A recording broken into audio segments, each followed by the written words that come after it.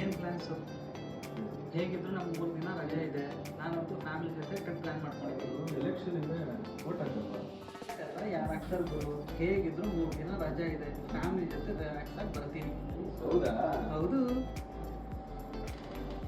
ಅಲ್ಲ ರೇ ಪವನ್, ನಿಮ್ಮ ಮನೆ ಮುಂದೆ ಮರ ಬಿತ್ತು ಅಂದ್ರಲ್ಲ, ಹೋಗಿ ಕಂಪ್ಲೇಂಟ್ ಮಾಡಿದ್ರಾ? ನಾಳೆ BBMP ಆಫೀಸ್ ಹತ್ರ ಹೋಗ್ಬಿಟ್ಟು ಕಂಪ್ಲೇಂಟ್ ರೈಸ್ ಮಾಡ್ತೀನಿ.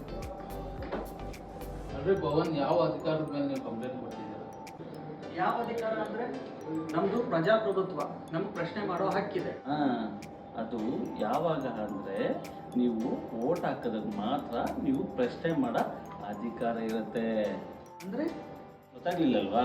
ಬನ್ನಿ ಇಲ್ಲಿ. ನಮ್ಮ ಕಂಪ್ನಿದೆ ಒಂದು ಉದಾಹರಣೆ ಕೊಡ್ತೀನಿ.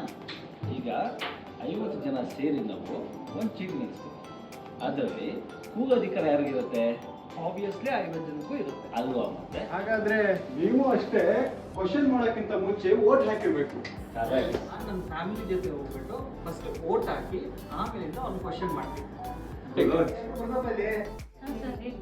ನೀವೆಲ್ಲ ಮಾತಾಡೋದು ನಾನು ಕೇಳಿಸ್ಕೊಂಡೆ. ಯಾವುದೇ ಕಾರಣಕ್ಕೂ ವೋಟ್ ಹಾಕೋದು ಮಿಸ್ ಮಾಡ್ಕೊಳ್ಬೇಡಿ. Pavan, yes sir. ಮೊದಲು ವೋಟಿಂಗು, ಆಮೇಲೆ ಔಟಿಂಗು. ಓಕೆ? Okay sir. ಮತದಾನ ನಮ್ಮೆಲ್ಲರ ಹಕ್ಕು, ಮರೆಯದೆ ಮತ ಚಲಾಯಿಸಿ. ಮತದಾನ ನಮ್ಮೆಲ್ಲರ ಹಕ್ಕು. Vote for better India.